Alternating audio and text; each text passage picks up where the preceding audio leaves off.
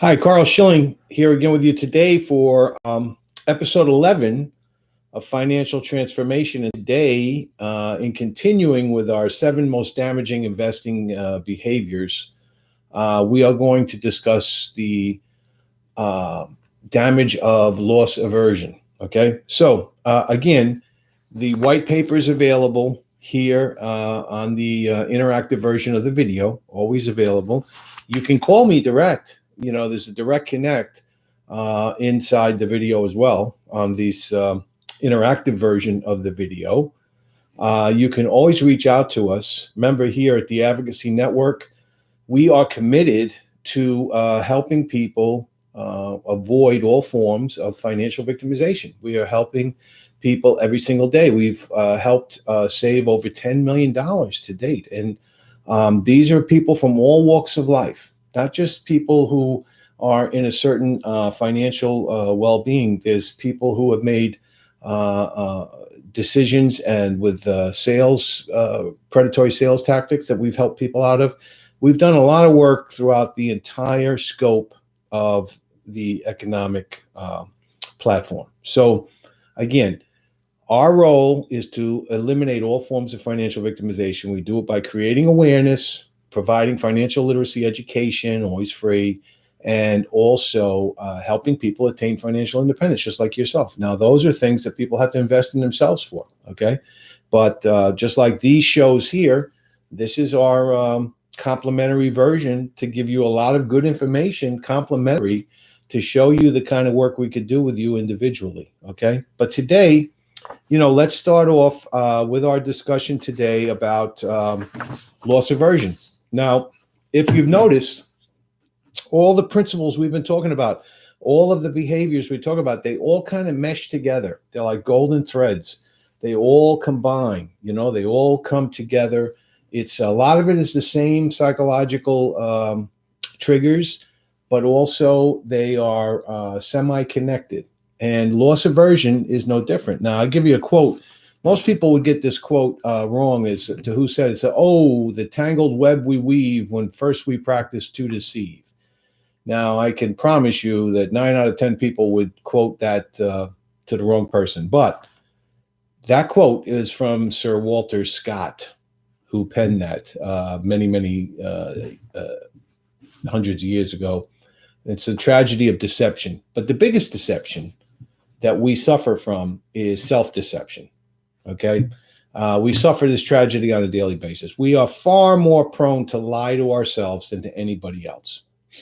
People like to always accuse people of honesty and integrity and then call them liars or say they're misleading or whatever. But the truth of the matter is, we are far, 10 times, 100 times more likely to lie to ourselves than we are to lie to another person. And that's really a powerful self-deception and really damaging when it comes to finances, okay? So the biggest self-deception that we face on a financial circumstance is loss aversion. Because basic human nature holds always that we move towards pleasure and away from pain. Yet in this avoidance, we feel and remember the pain more consistently than the pleasure.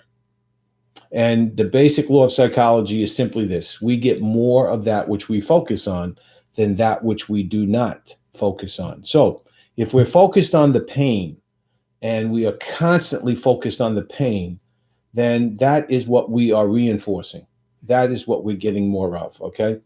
So because of loss aversion, we tend to hold on to every single bad event that happens to us, whether it's a form of guilt or shame or anger. We hold on to that much longer than we hold on to the actual pleasure of the events in which we succeed.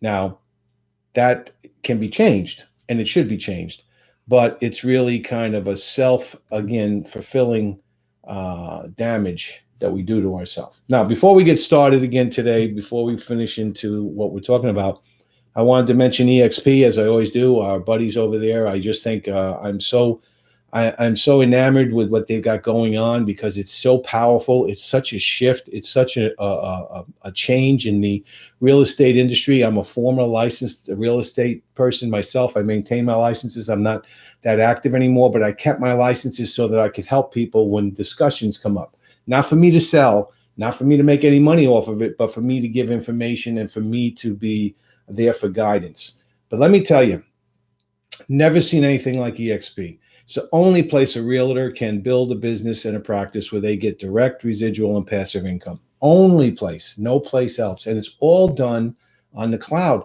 They don't even need an office. Imagine you as a broker having hundreds or even thousands of realtors with no office, none whatsoever. You don't need one. You don't need that expense. It's a powerful thing.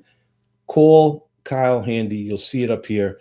Give them a holler, let them show you, run you through a presentation, and make a good decision for yourself one way or the other. It's up to you, okay?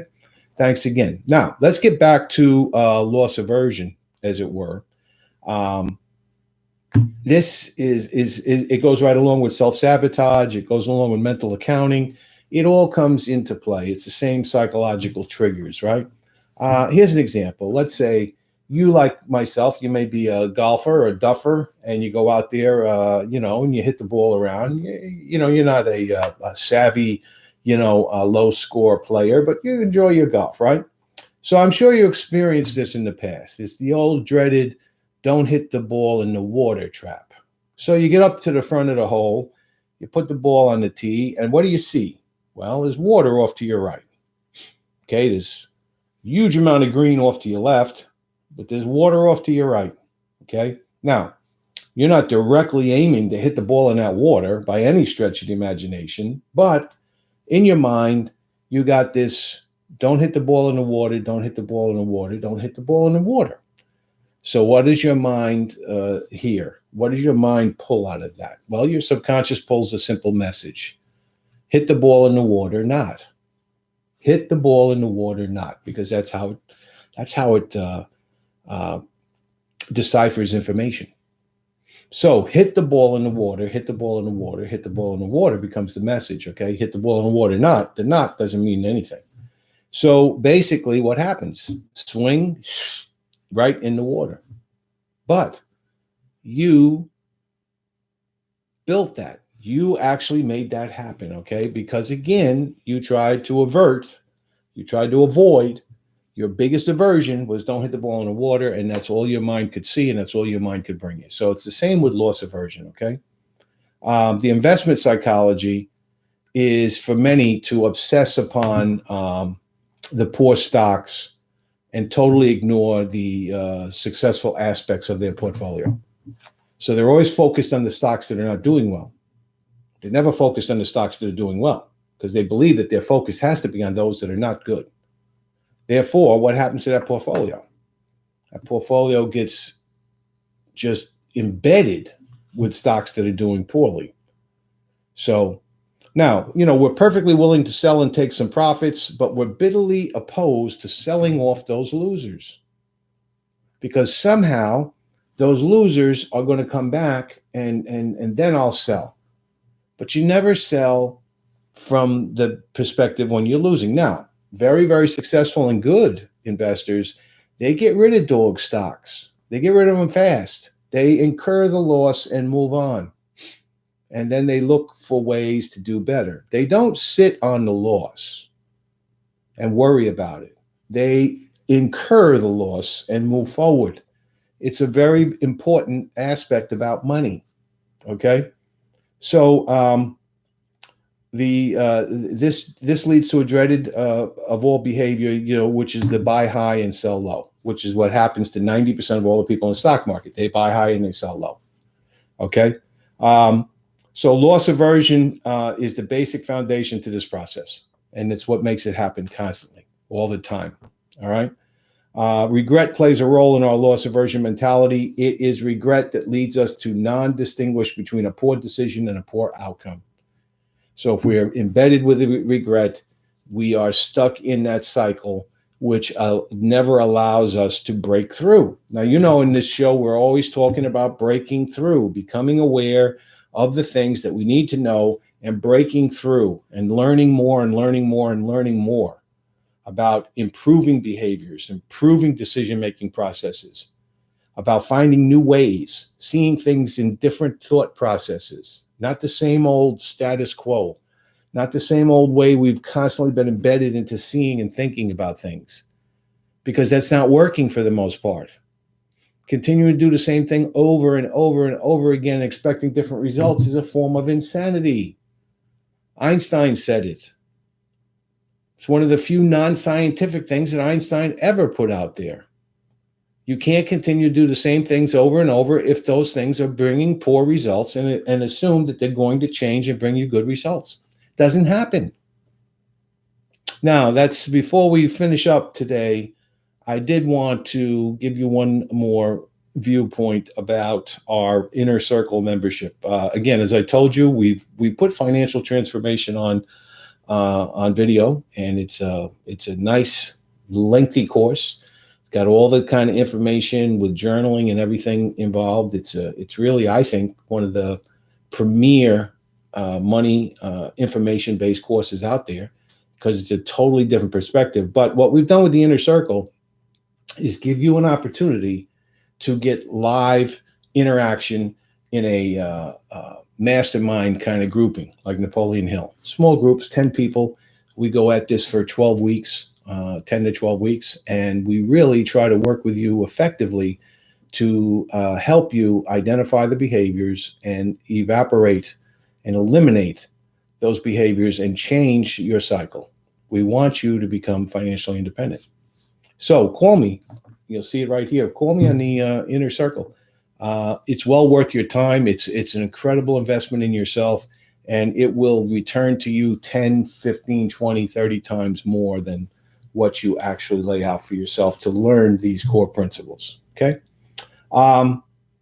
Now, I want to close out by letting you know that basically what we previously discussed here was that we tend to feel pain more than pleasure, and this combined with regret tends to lead us down the path of staying too long when we refuse to move on from early pain.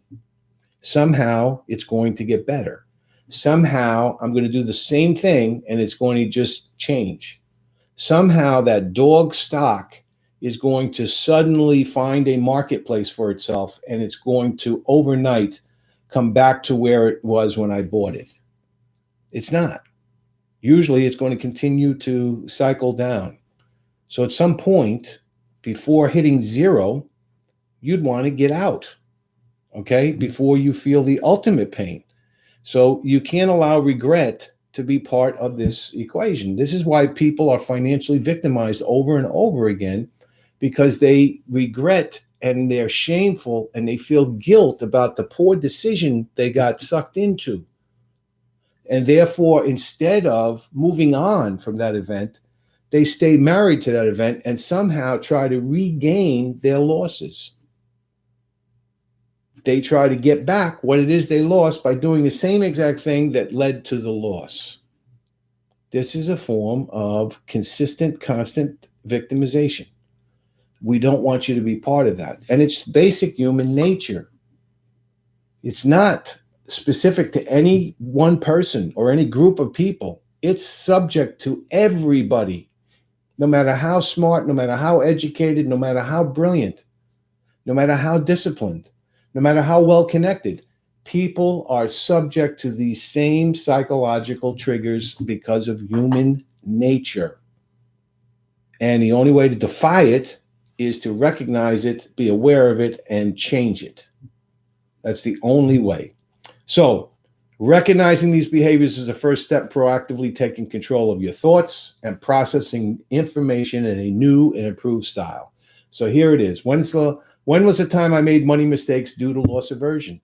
Do I recognize loss aversion when it's occurring?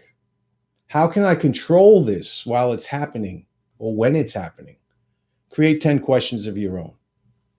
Again, I want to thank you so much for being with us. I'm hoping that this is making a difference in your life, really helping you change some things.